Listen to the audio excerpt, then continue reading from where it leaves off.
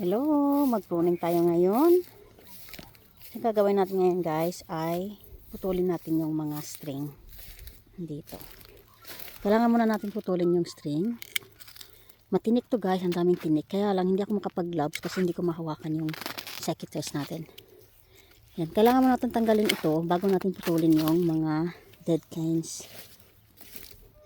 So ngayon, ang gagawin natin ngayon ay putol na natin yung yung dead kinds. Tatanggalin natin yung mga patay.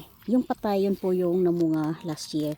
So malalaman natin kung siya'y patay o kailangan natin putulin. Yun po yung may mga ganito. So makikita mo sila yung namunga last year. Makikita mo siya yung pinaggalingan ng ating fruits. Ayan ito fruits to ito yung ating boysenberries. So, ang gagawin muna natin ay putulin talaga natin siya sa pinakababa. So, ito. Kailangan mo make sure guys na hindi mo maputol yung mamumunga this year. Ayan. Matinik talaga siya. Ang dami ko ng scratch pero okay lang yan. So, ito. Ito. Putulin natin siya. Tsaka parang makikita mo rin naman yung difference niya. Brown siya ayan, brown. So ito ay patay. Ito yung tatanggalin natin. Tapos ito naman ay buhay. Makikita mo siya. Hindi siya iba yung kulay niya. Hindi siya gaanong brown kaysa dito na patay. Meron din dito isa.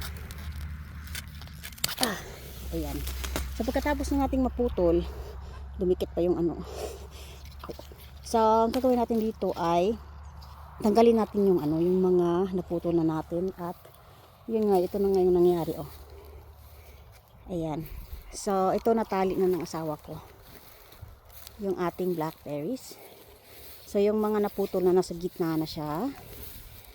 Ayan, ito ito yung ating natawag na Thai berries. Hi darling. Back to work, thanks.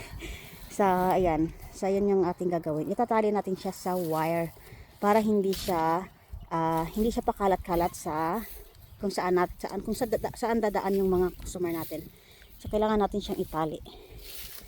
Ayan, tali natin siya dito sa wire para hindi matumba yung ating kinds at yung prutas niya kasi bibigat to guys. Pag napuno na ito ng dahon at bunga ay bibigat na po siya. Ayan. Ayan kikita mo siya. Ganda na sa tingnan. So itong gagawin natin dito ay i-slash natin ito ng ating slasher tractor. Ayan, hindi pa to natali.